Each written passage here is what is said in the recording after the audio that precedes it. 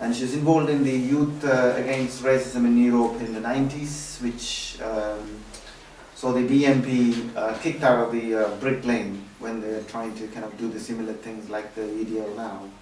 But also that particular campaign shut down the BNP headquarters as well. And Hannah played an important role at the time, wealth of experience she has, and she's been writing about it a lot. And also she's an author of a book, Socialism in 21st Century.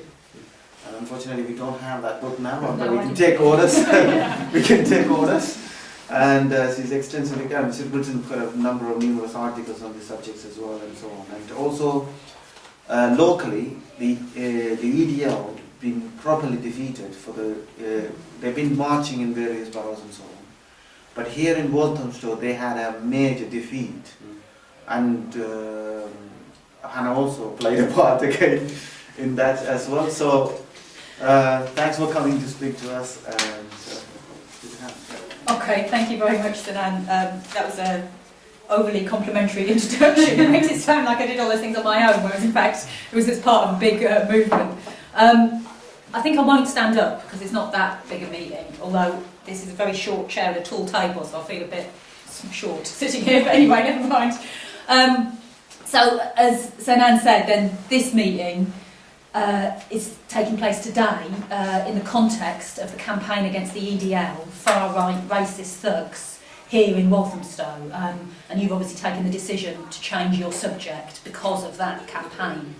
And we've had victories, 2 victories now really, because on the 1st of September they were meant to march and there was a massive demonstration of the local population that made it impossible for the EDL to march, and yesterday they didn't even dare step foot in Walthamstow because fundamentally of the level of local opposition. So I will make some points on that specific campaign later on.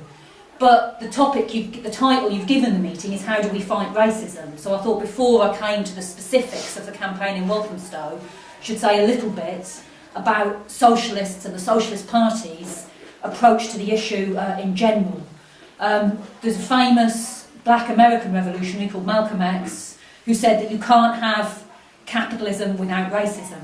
And while it's true that before the development of capitalist society, of course, there was prejudice against people from different societies and groupings and so on, nonetheless, racism in its modern form is a product of capitalism and the development of capitalism.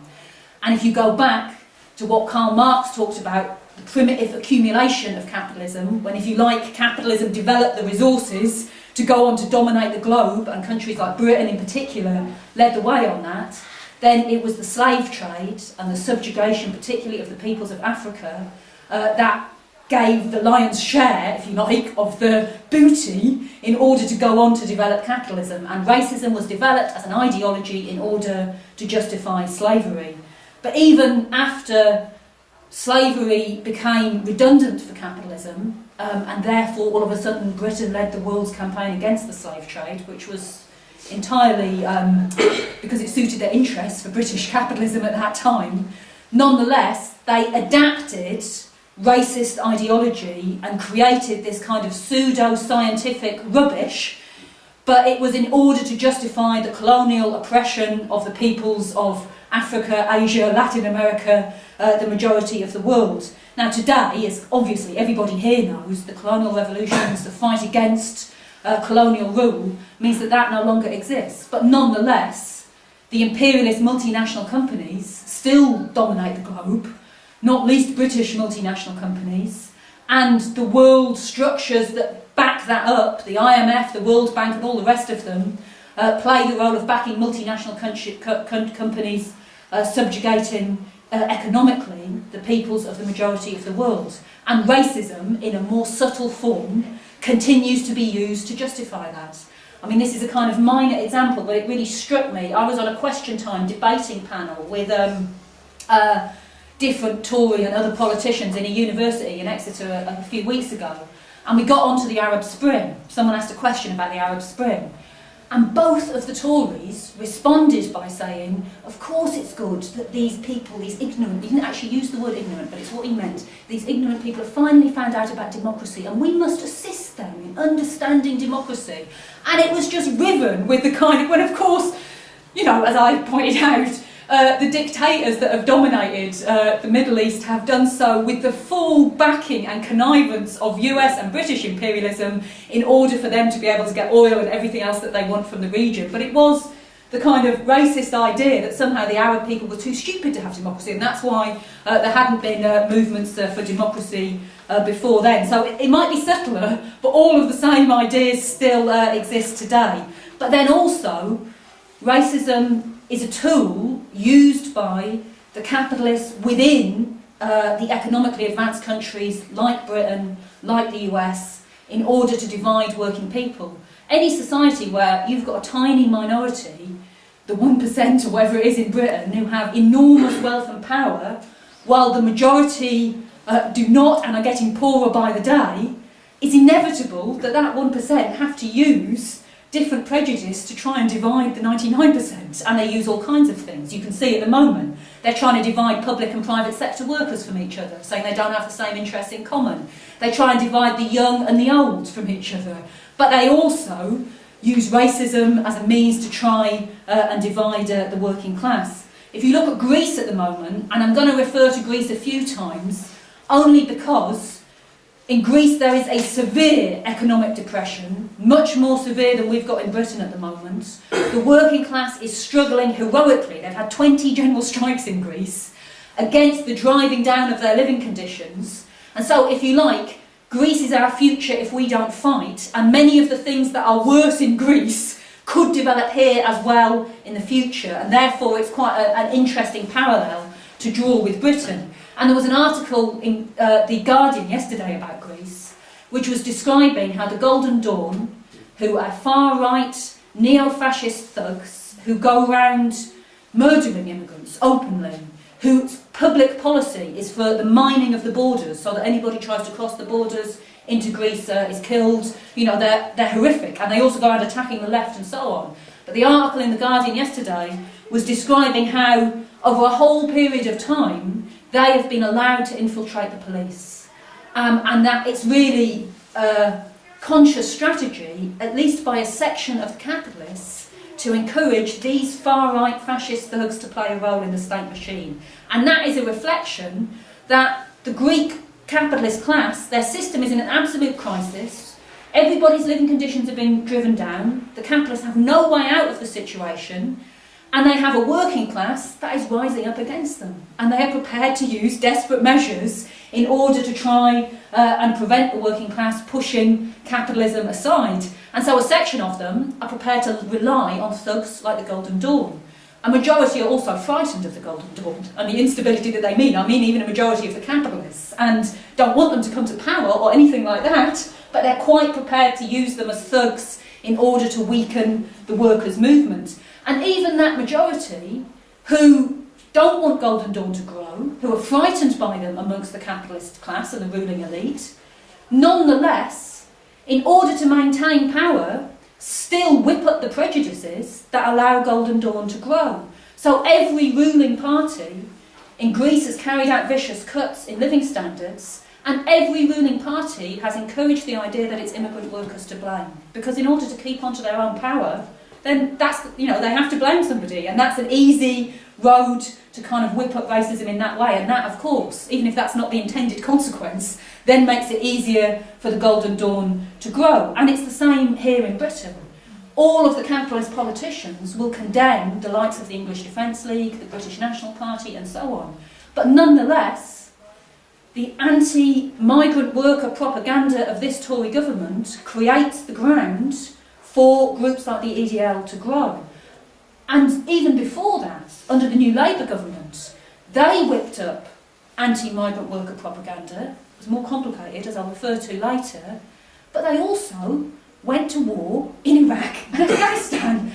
And the EDL claim that they're not racist, they're only against Muslims. And they do that because prejudice against Muslims was whipped up on such a big scale by New Labour, by going to war in Iraq and Afghanistan, that, if you like, is the cutting edge of racism in Britain today. Of course, it would be foolish to imagine that groups like the EDL therefore only attack Muslims. They attack anybody with a different colour skin who looks to them like they might conceivably be Muslim. But nonetheless, that's the kind of cutting edge of the propaganda, and that comes from what took place under the new Labour government. Now, at the same time, and I'd be interested to know what people in the room think about this, but we would say that in society in general in Britain, blatant racism is less acceptable today than it would have been 25 or 30 years ago when I was young and growing up. So what I mean by that is the kind of racist chanting on the football terraces that was just normal would not be acceptable to the same degree today. The ordinary people, most young people today would say that they are anti-racist, ordinary young people. I don't mean there's no racism at all. Yeah, I don't in any way mean there's no racism, that's what that sentence was that meant to mean. But public attitudes have shifted compared to the crude and blatant racism that existed 25 or 30 years ago. Now, why has that changed? In our view, the most important reason is the increased confidence of the black and Asian communities that suffered that racism. That has been the biggest thing that has changed the situation. Sinan mentioned in his introduction that I was involved in the campaign against the British National Party in the early 1990s, and there were two really sites for that. One was down in Welling, where their headquarters were, which I'll talk about later, but the other was in Tower Hamlets, which was a Bangladeshi population overwhelmingly, and at that stage were quite new to the country and therefore less confident generally than would have been the case with the African Caribbean or the Pakistani or other longer standing migrant communities. And the BNP went to Tower Hamlets every Sunday with 30 or 40 thugs, supposedly for a paper sale. But there was no one to sell to. The population were Bangladeshi. They were there to frighten people. That's what they were there to do. And they also went around smashing the windows of the restaurants and so on. They then got a councillor elected in the white part of Tower Hamlets on the Isle of Dogs, or the predominantly white part of Tower Hamlets on the Isle of Dogs. And we were involved in the campaign that drove the BNP out of Tower Hamlets at that time. And it's true that occupying the BNP's paper sale and preventing them from ever coming back, that was done by trade unionists and young people involved in the socialist movement at that time, not in the main by the local Bangladeshi population. But we went down there for 6 weeks on a Sunday morning when they did this sale, before we actually occupied the site. And every Sunday morning we were discussing with the young generation of Bangladeshi activists. The older generation's general approach was keep your heads down, it's better not to cause trouble. But the younger generation wanted to change things. They didn't want to accept those people being there.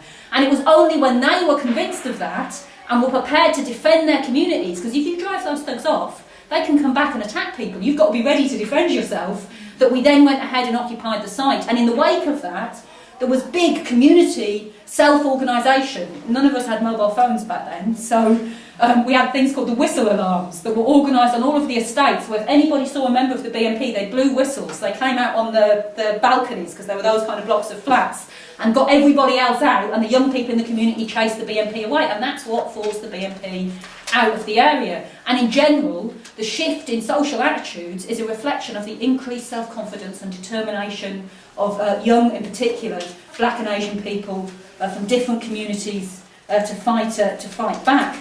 At the same time, the other side of it was the role that was played by the trade union movement and the workers' movement. And again, it's not our job to kind of prettify things and make out that everything's perfect. There was and still is widespread racism amongst people or members of trade unions and in the trade union movement. But nonetheless, the trade union movement in Britain played a major role in fighting against racism, because they understood it was in the end their self-interest to do so. So if you go back to the 1950s, when the first wave of workers, mainly from South Asia and African Caribbean workers, who came to Britain to do cheap labour jobs, that's why big business brought them over. And for example, in London, then the Railway Workers Union was faced with a situation where African Caribbean workers were doing the night shifts on the railways, were doing all of the harder jobs, and were not getting the rate for the job. And so they'd been brought in to undermine the conditions of the NUR. And the initial reaction was racism. But the best of the union activists recognised that wasn't going to work. And so instead, they went and recruited those workers to the NUR, was the name of the Railway Workers Union at the time, and organised a joint campaign that those workers should get the same pay and conditions as the rate for the job, and they won that. And then, at that time, there were still colour bars on all the pubs in central London. It was the Railway Workers Union who systematically went round and broke those colour bars and said, we're not accepting them, anybody can come into this pub, and so on. I know drinking in pubs may not seem the most important issue, but nonetheless, we don't we support people's right to go wherever they want, including into pubs. So those positive traditions of the trade union movement, which came from an understanding that the only way you defend workers' pay and conditions is to defend all workers' pay and conditions, whatever country they originate from, that has had consequences, which means even now, if you look at the figures, the membership of trade unions amongst African, Caribbean and South Asian workers is much higher than it is amongst the white population, because there was a recognition these people are going to fight for us and fight in our interests. Now, all of those positive things mean that there is less blatant racism in Britain today, but it does not in any way mean that racism has gone away. So, you know, everyone here probably knows the figures, but if you're young and male and black or Asian, you are 44 times more likely to be stopped and searched by the police than if you're a young white male.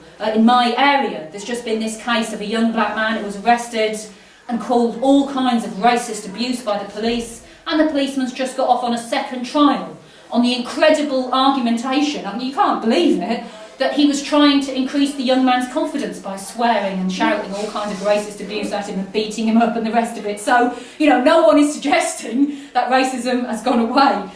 More than half of young black men are unemployed, 55%, compared to, on average, a quarter of young people being unemployed. And there were also new complications, because under the last new Labour government, I don't know how long I've been talking. How long have I been talking today?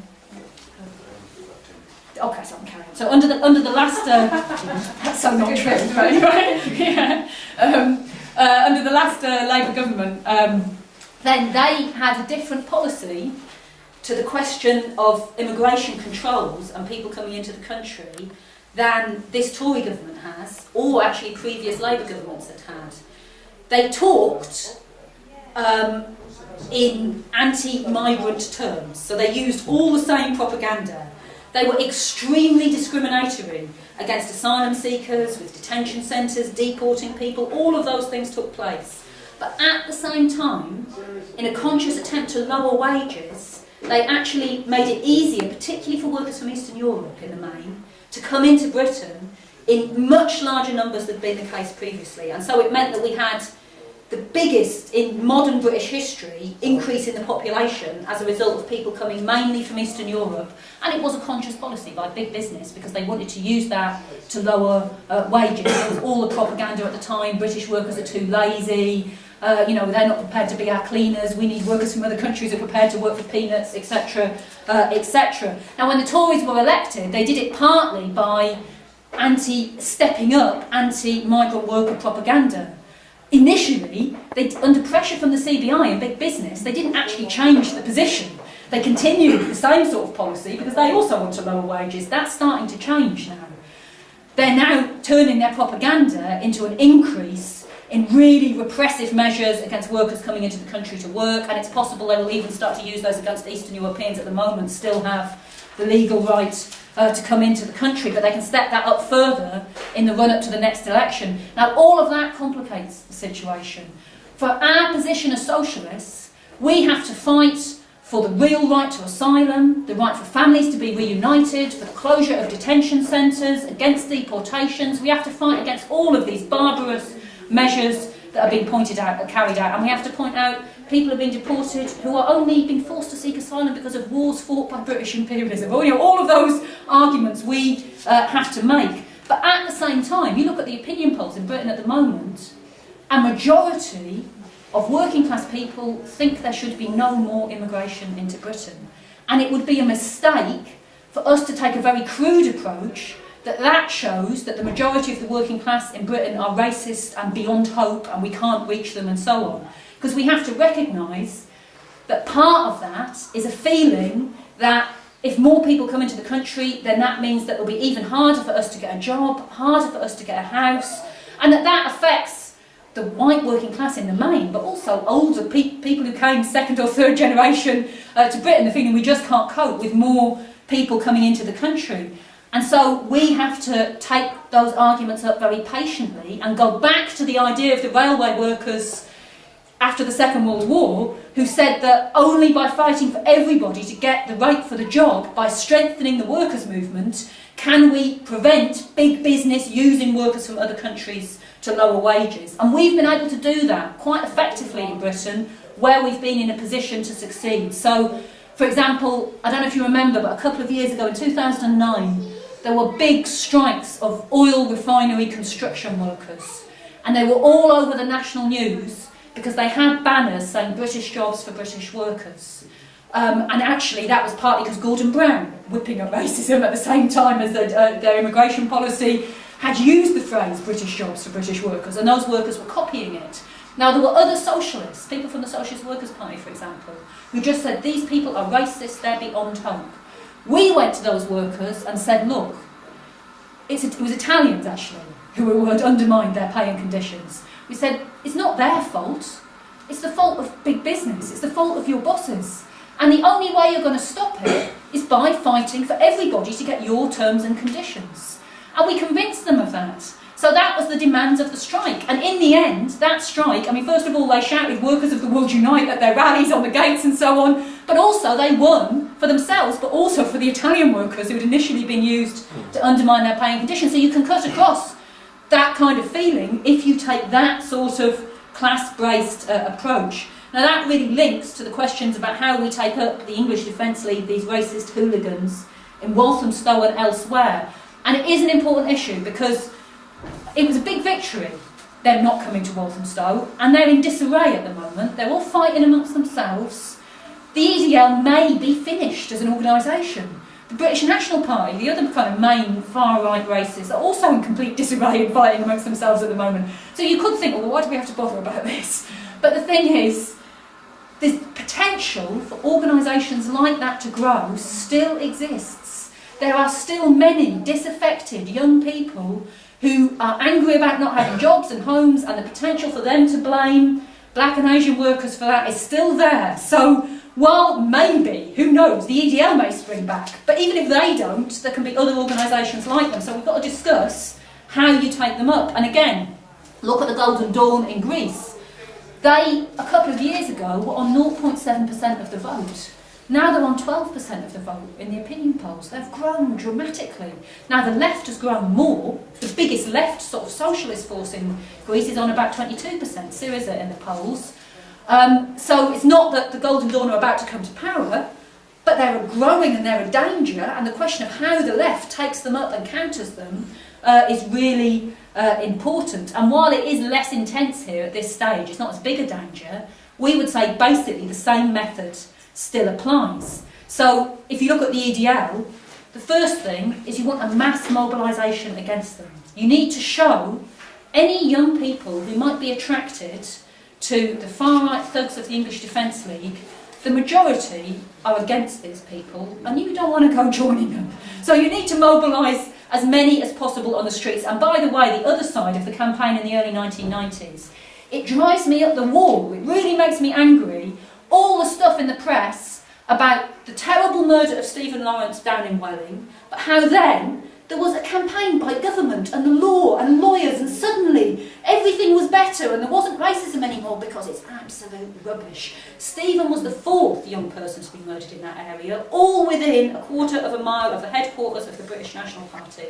And the BNP were driven out of that area, not by the government, not by lawyers, but by a mass mobilisation. 50,000 of us marched against the BNP headquarters at that point in time, and that was what made any young people in that area who thought maybe the BNP were a good thing decide, no, they're definitely, we don't want anything to do with them, might is against us, and drove them out of the area. And then after that, the council came up with excuses about planning laws and other stuff, and the Macpherson report came out, but it was in response to a mass movement. The mass movement came first.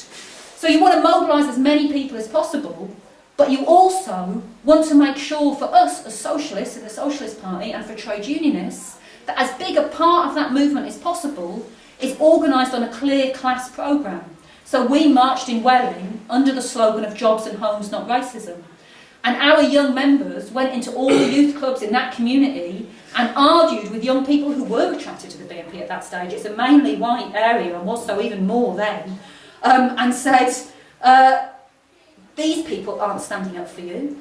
We're the ones who are standing up for ordinary working class people, and you've got more in common with young black people from the neighbouring borough, from Bromley or wherever, than you have with big business, the bosses, the Tory government and so on. And you should, so in other words, we won them over with a class appeal.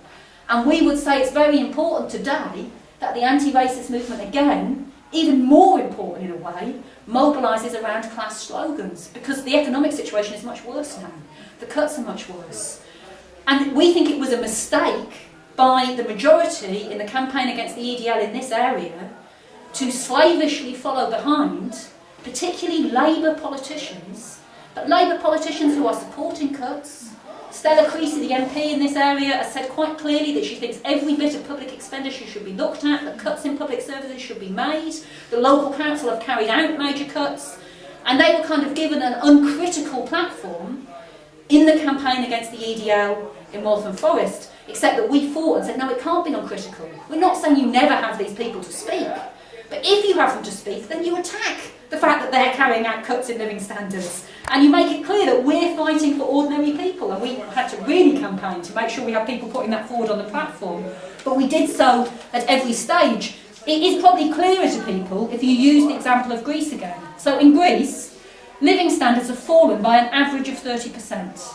The cuts have been absolutely huge. People are destitute. The hospitals cannot feed the people in the hospitals. It's, you know, it's a collapse to the situation, economic situation of a neo-colonial country from having been a relatively, they thought, you know, wealthy European country. The governments that have carried out those cuts are PASOK, the equivalent of the Labour Party, and New Democracy, the equivalent of the Tories. Golden Dawn have gone from 0.7% to 12% in that period. The idea that the way socialists should defeat Golden Dawn in Greece would be to organise demonstrations where you've got the leaders of PASOK to speak on the platform and say, Golden Dawn are terrible and we're great, and you wouldn't criticise them. That would be the way to have Golden Dawn get mass support just like that.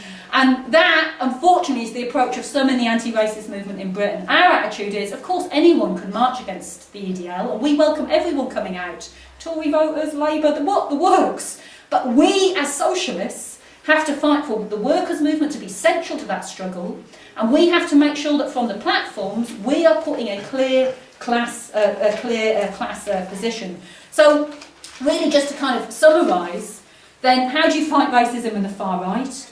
We want a mass mobilisation of the work of as many people as possible, but we want to make sure that the working class and class politics are at the core of that as the most effective means of cutting across racism. We want to make sure that any young people or others who are attracted to the far right can see clearly that the mass of people are against them as a result of the scale of the mobilisation, but also that it's the workers' movement that's fighting in their interests and not these thugs from the far right. In my view, one of the reasons that some on the left kind of just don't even think about cutting across the potential support for the far right is because they think if a working class person is racist, then they should be written off and they're absolutely, you know, beyond hope, they're the enemy. We oppose racism completely, we campaign against it, but we also recognise that the way people think changes according to circumstances. My very first involvement in politics was during the miners' strike in the mid-1980s, a year-long strike, heroically by miners. In my area, the mine was in a village outside the town. It was Cannock Chase, which is a little village, and then Wolverhampton, which was a multi-ethnic town, was the town nearby. Those miners, when they first walked out on strike, thought they were members of the National Front, the equivalent of the BNP at the time. They didn't know what it meant or anything, but it's because they were racist. That was within days, their attitude had been transformed, because they'd seen It was the workers' movement that was fighting for them. It was the Sikh and Hindu temples in Wolverhampton that were raising money for them and taking it out for them.